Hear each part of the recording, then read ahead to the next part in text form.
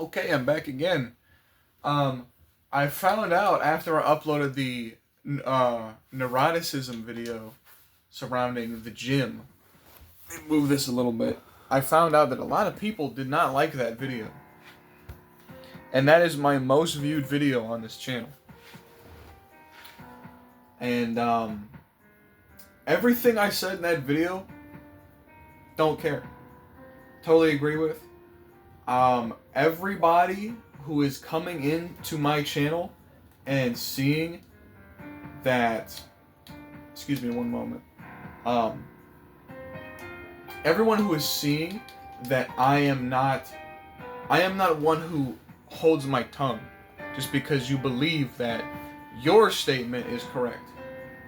I don't do that. I never have and I never will. If I'm going to make a video about something, that is my unbridled opinion, that is my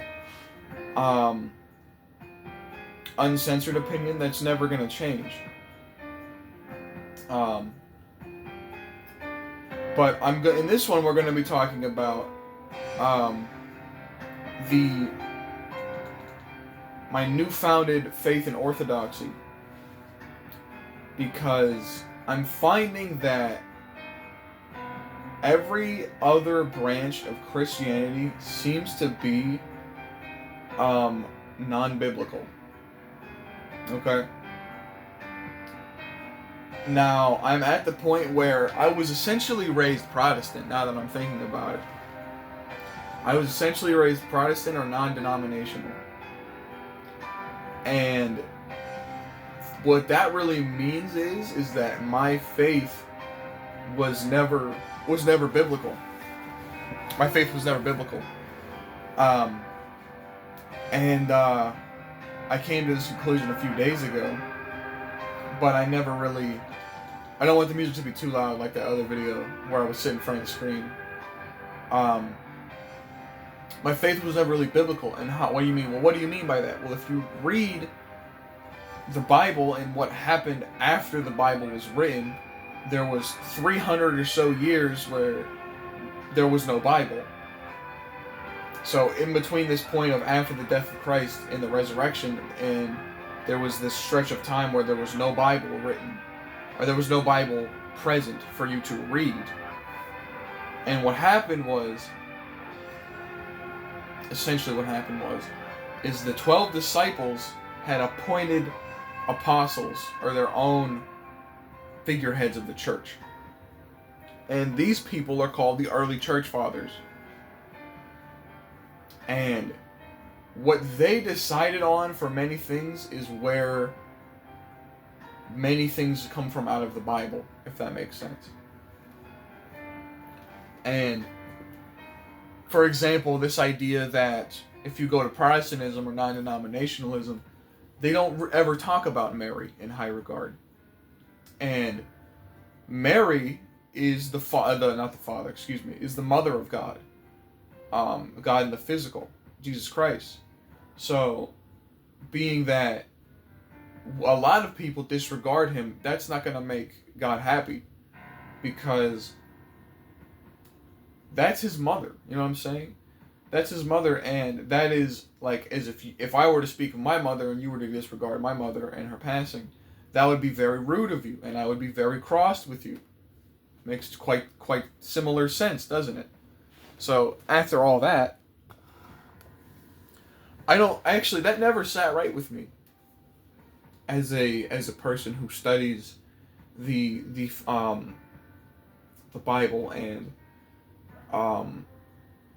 Christianity, is that it's never taught, it's never practiced, it's never even discussed really as to why Mary is essentially a non-important figure. Mary had more faith in Jesus than anyone else at the time. If you go to when they were at the wedding I don't remember who they were with. I'm still studying the Bible, obviously, but when they went to that wedding and there was no more wine and there was only water, Mary told Jesus to turn the water to wine. And he said, "Mother, they're not ready." And she said, "No, they are ready." They're ready to see this. So that right there shows you the importance of Mary. And if you go into Orthodoxy and you go into Catholicism, Mary is very important to the faith. So there's that. There's that and the importance of Mary. You go to Protestantism. Protestantism, a lot of this, they just, I wouldn't say they pull it out of nowhere, but it doesn't really have a basis in the Bible. Like, I've heard from many Protestants that hell isn't real. Hell is real. It's in the Bible, right? You find that Protestants pick and choose the things that they believe. And I don't like Protestantism because it was founded much later by Martin Luther, just a normal person, an ordinary guy. Now, I'm not saying he's not important or that he was a bad person or whatever, but he was not one of the original church fathers. He was not one of the apostles. He was not, Christ himself, which people ask many questions. There's this one guy on my phone that he wanted me to convince him of an existence of God. And he said, I don't need you to convince me of I don't understand the point of the conversation, but I'll explain it to you here in full. He said,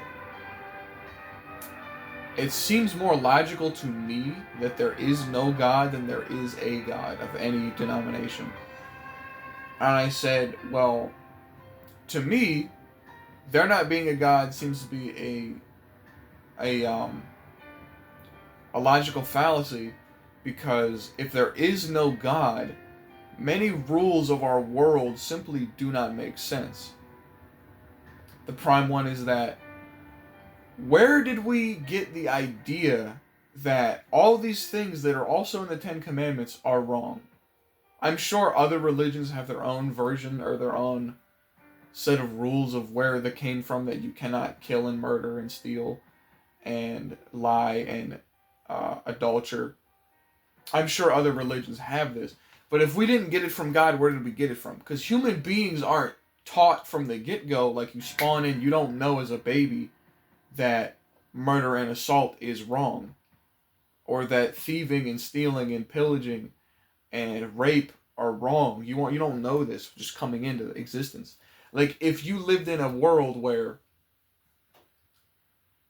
you just existed, there was no society, and you came across another person, it may be your first instinct to just kill that person. Because, like I said, humans aren't taught innately, don't kill people, right? So, first of all, there's that one. And I said to him, the other one, the big theological reason of how there has to be a God, is that all life on Earth, and of course there is no life on other planets, all life on Earth exists because of some other life form. For example, like I told him, I said animals come from other animals, humans come from other humans, trees come from seedlings. There is no thing in existence that comes out of nowhere, right? There's no thing that there's no organism that exists because copper exists. You know what I mean? There's no organism that exists because graphite exists. You know what I'm saying? Nothing is created that is alive from any non-living material. It just doesn't happen. So there's that. And imagining that, why would the Big Bang, for the logic of life creating life, why would the Big Bang, just atoms swirling in the ethos, create anything? Why would that create something? It's just a transfer of energy. So how does the transfer of energy create living material? I don't see how that makes sense to me. And he argued, this guy's name is Noah. I'm not doxing him or anything, but I feel it's okay to use his name. He said to me, it makes less sense that God existed from the beginning of all existence. He always just, in the beginning, God was. There was no before God. God is. And he says this in the Bible. There's never any contradiction language that suggests that there was ever a before God or there was ever after God. Because Jesus tells people that I and my Father are one, and he tells them also that I am. That is my name. My name is I am. Okay?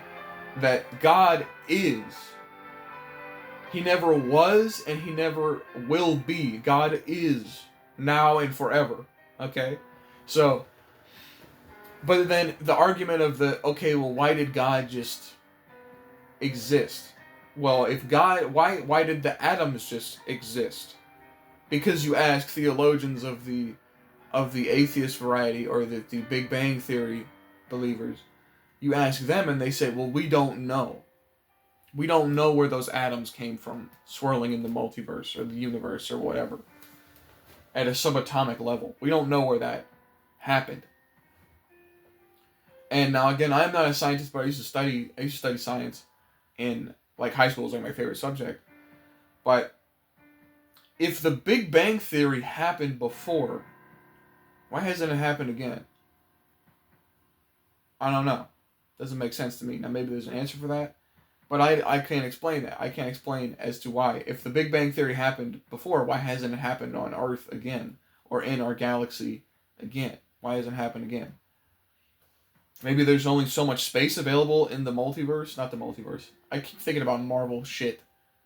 In the universe, there's only so much space in the universe for another galaxy in our own Milky Way galaxy. Like another set of planets. Possibly. I don't know. But I would imagine that if this was just up to chance, it would just happen again. I don't know. But I found that a lot of people want a reason to not believe in God. And they're just like, I just don't. Or that they try to either, there's two people. There's people that either I don't believe in God simply because I just never have, or two, I used to believe in God and now I hate the concept of God. And what I had tried to tell to other coworkers of mine or this Noah person, I would say, God's grace and his presence and his ability is so massive, right? It's so large, the presence of God in our universe. One second. I thought the camera might have been a little smudged. The presence of God is so large. And like I said to Noah, I said, God is not much of a God if you can fully understand all that God is in the beginning stages of your faith. Like me, I don't understand all that God has planned. Of course, no one ever will. I can't tell you why God made this or that happen or had possibly let this or that happen. I was watching another video where this man said that all things that happen, I'm not sure I'm fully on board with this one, but I'm putting it out there for the sake of the argument. The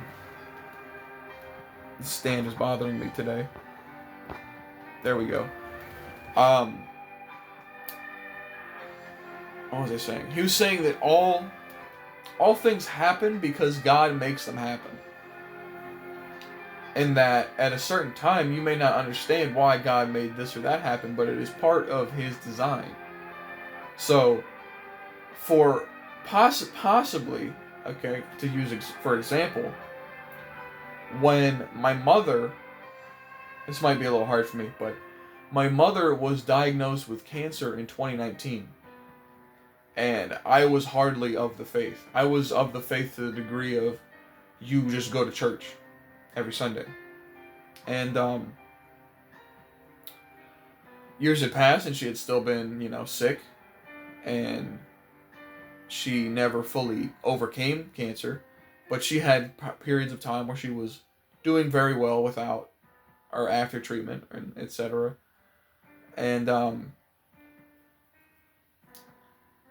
God put me in a position where I'm not going to say he couldn't handle what he did to me, but part of me just turned away from God. And I was like, you know what? I can't see how there is a God. I can't see how there is a God at that point in time in my life. That was in 2021,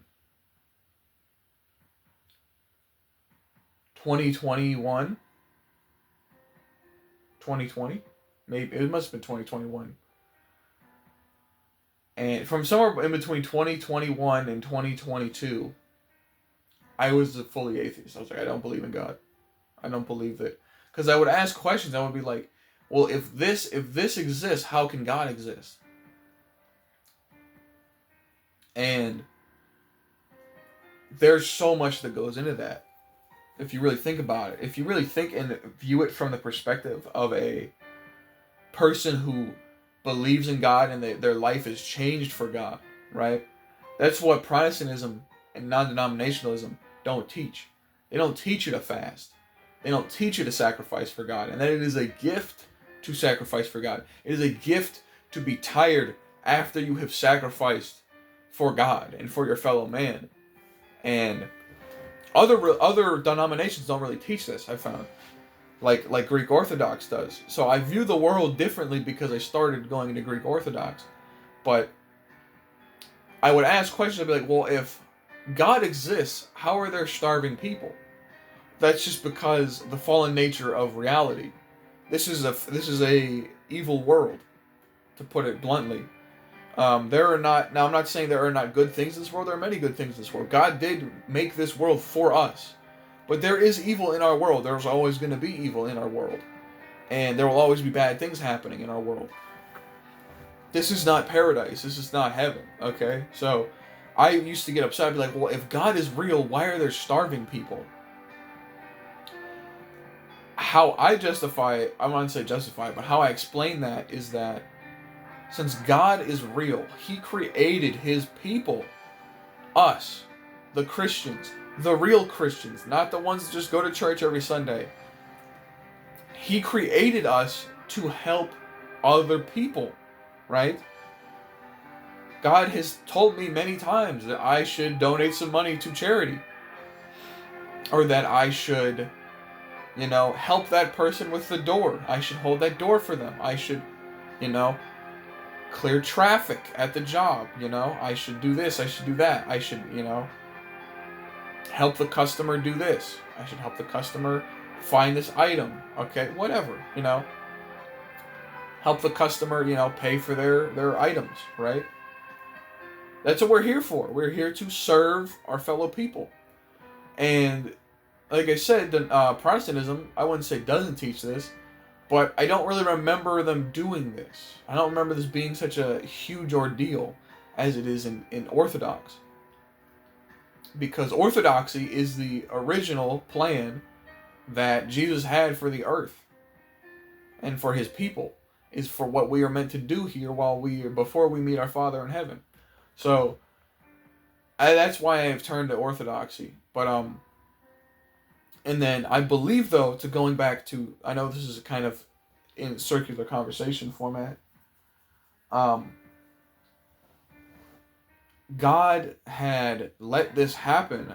He didn't let this happen, but this happened to my mother so that I could come back around to the faith and give my testimony of how the world is. So honestly, I do believe part of the statement of, well, God made this happen because X, Y, Z to bring you closer to God. I also believe that God gave me and I'm not angry at God for this, even though that for a time I was angry at myself over this. God gave me the certain tendency for addiction for the cause of God does not tempt you, but the devil tempts you. And God will never allow you to be tempted more than you can handle. Okay? God will never ever tempt you more than you are capable of. So, as I had said, I never had any temptations until the internet.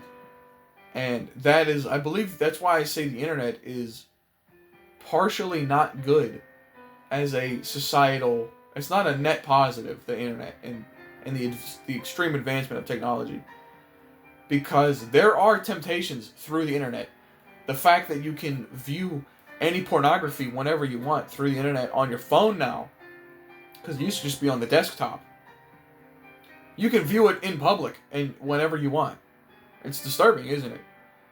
Especially from a theologian's perspective. It is disturbing that you can just do that. That's a thing you can just do.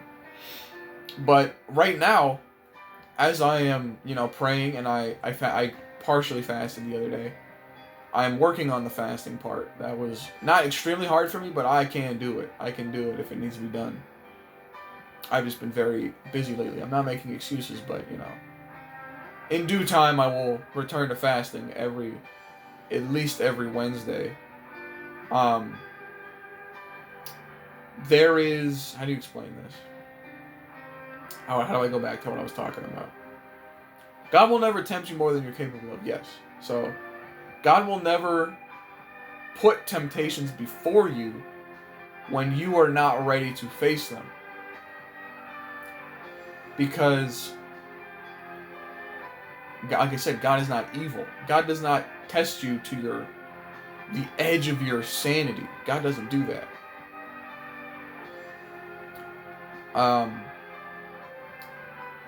So, for example, I used to have, very serious, at least in my opinion, very serious problems with pornography. I used to like, my brain would think about it like all the time, especially in my high school age. And even in part of my middle school age, I would think about it a lot, like frequently. And now, not really anymore. I'm glad to say that I'm not wrapped in it more as much as I used to be. Part of my brain still tells me, because I'm healing from this ailment, that I should, hey, do this, do that. Why not? You can watch this. God's going to forgive you anyway. That's not the point. You should never sin knowing that God will forgive you and think of it being as, oh, it's okay because God will forgive me. No, it's not how this works. You need to avoid your sin at all costs. But no man is perfect, and you will sin. You will likely sin eventually. It's just part of life on earth.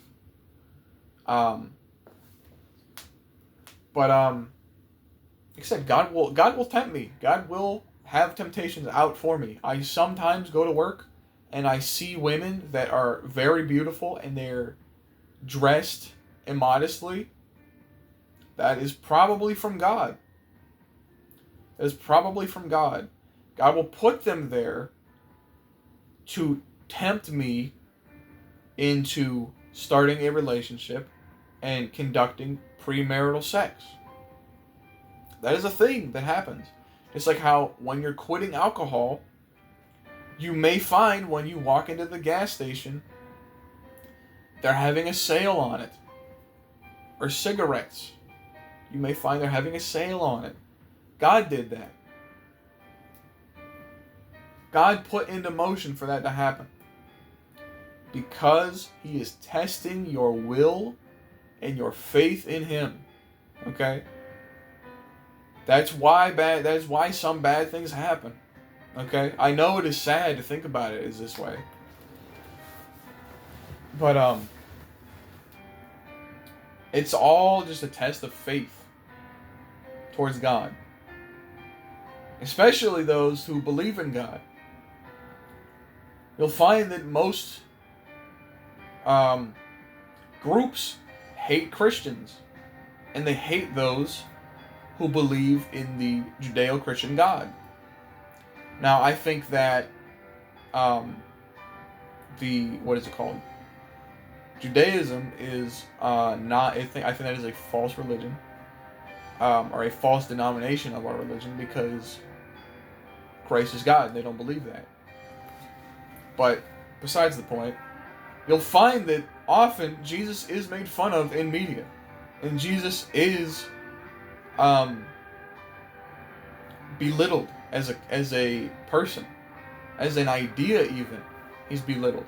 You'll find that demonic culture is the prominent culture in our society. Because you watch the thing Lil Nas X did, where it's disgusting, but I never watched it, but I believe he was insinuating performing fellatio on the devil, on Satan, on Lucifer. Disgusting. Foul. In the name of the Father, and the Son, and the Holy Spirit, get that out of here. That is blasphemy. That is disgusting. There's nothing about that is indicative of a welcoming and holy society. Which is why many men are going back to church. Because there is a split, right? Me in my daily life now, unless I'm seeking God or I'm seeking my companionship and my fellowship or my career, I do not feel fulfilled. Like, I was playing video games a little bit ago. I don't really enjoy that much anymore. I'll be totally honest with you.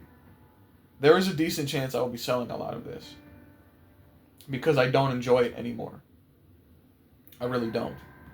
Most of the time when I'm playing video games, I'm very tired and I'm not even enjoying it because my body hurts, and moving the controller hurts my body, hurts my hands. I don't know what I did yesterday, but this part of my wrist and the top part kind of hurt right now. I don't know, probably did something at work because I was at work on Thanksgiving. But I don't feel fulfilled. I mean, if when I'm spending time with people, I feel more fulfilled than when I am alone. Because now I'm in a house by myself, like I said in a previous video.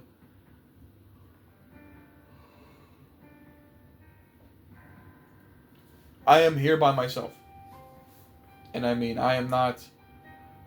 God did not make us to be alone. He really did not. Because like I said, if you read Genesis, where God creates Adam, and he says, "It is not good for man to be alone." And then he puts Adam to sleep, and he, creates Eve. That is where we're supposed to be at. We're not supposed to be alone. Human beings are social creatures for a reason. God made us that way. Some of us, are capable of being introverted, and I feel like no one is truly introverted all the time. But besides the fact, what the heck was I talking about? Like I said, I've done this 2 or 3 times now in the video, where I've forgotten what exactly I was talking about. Oh yeah, because sometimes, like I've expressed in previous video, or to other friends outside of the channel that I don't discuss their names for private reasons. I was talking to one friend about how, dating is hard, and I get irritated because dating is difficult, especially for a Christian man who dates to marry and intends on having celibacy until marriage. It is hard for that because a lot of women are turned off by the idea of celibacy and waiting until marriage. And a lot of women don't want marriage at all. They don't want marriage ever in this current era. And I say this because my friend, did not understand my frustration towards the inability for a Christian man or woman, that's why you don't date secular people. But it is hard for a Christian man to even find a date or a wife because of how things are now. And he was like, "Why don't you just have your full faith in God that all is going to go well?" Well, yes, I do have my faith in God that all is going to go well, and that He will one day put a woman before me, and that woman will be my wife one day.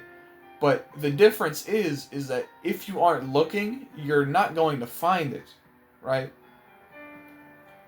I mean, like, for example, if you say, "Oh, well, if you never leave your house," and you go, "Well, God will bring me a wife."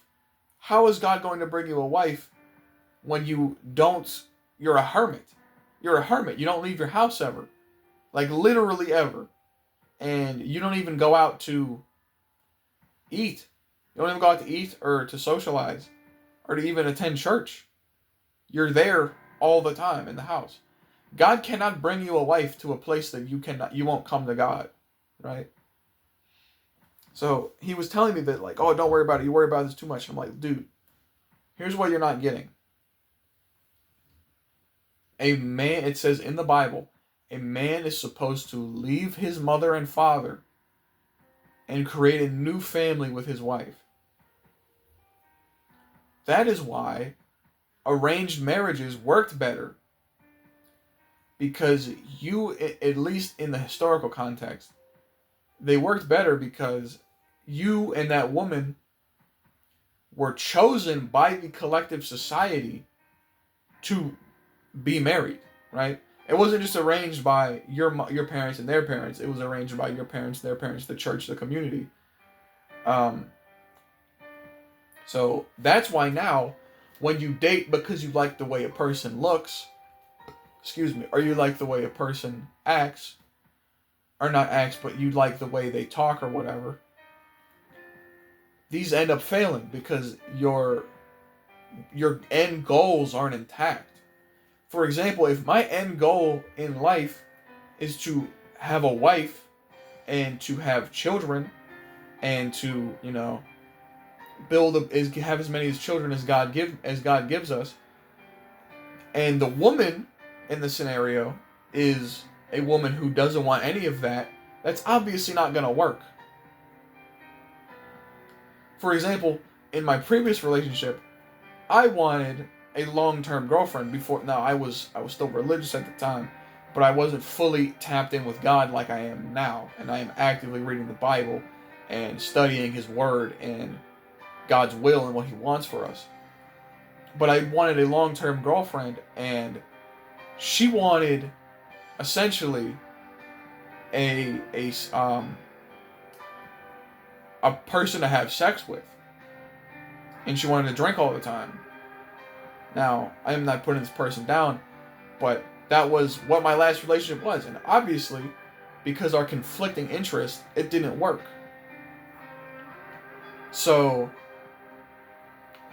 if you are tapped in with God and your partner is not, it's not going to work. Just straight up, it's not going to work. And it even says in the Bible, I'd have to find the passage, I don't remember what passage and what book and what verse, but it says a man and a woman should not be together if one partner, one half of the pair, is unequally yoked in the spirit. And I believe I'd said that in another video. But what that means is if you are really for God and she is indifferent, it's not going to work. It's just not going to work. So, remember these things. You should honestly do your best to remember these things. Like I said, I had that one friend from work, and I thought I might date her. She is secular. I'm not going to date her. I love this woman as a sister and as a, how do you say a very good friend, but she is not, one of God's kin. She's created by God, but she's not one of God's children. And God does not want that for me, because I am one of God's. I am one of God's children. At least I believe I am. I have not been baptized yet. I do plan to be baptized before I die. Absolutely, that's going to happen. But I think I'm going to cut it here soon. I don't have much else to say. This is kind of a long-winded video. I still have some things to do myself. I have to make breakfast, and I have to go, make my coffee and go to work. But remember, here's the key things you should do as a Christian. I'll say this. Surround yourself with people who do support the Christianity and the other people. Find people who will partake in it with you, who will pray with you, who will fast with you, who will read the Bible with you, who will understand the religion. And it's not really a religion, it's a way of life. That's what people forget here. It's not just something we do on Sunday, it's something we do every day. Third, Pray. You should pray as much as possible. Talk to God whenever you want. Don't talk to God just because you have to pray for forgiveness. I talk to God in the morning. I talk to God before I go to bed. You should guide others to the Father. I understand if it is something that they have told you that they are specifically not interested in. You may still pray for them. Just leave them alone. Don't harass them about it. It's not appropriate. Find a fellowship is what the other ones should have been. Find fellowship. Your fellowship does not always have to be Christians. But this is an opinion that I want for everybody to have. Everyone to have a life like this.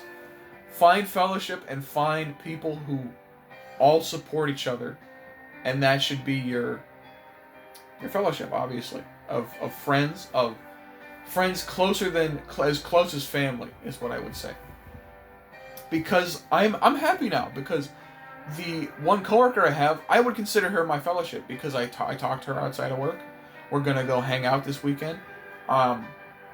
Great stuff, dude. Like, that's part of my fellowship now, and I'm happy to have that. I didn't really have as much fellowship as I do now. It's smaller, but I like this more. So anyway, everybody, thank you for watching. Leave a comment down below if you want to ask some questions, you want to leave any points or anything that you want to talk about. Thank you for watching. God bless. In the name of the Father, and the Son, and the Holy Spirit.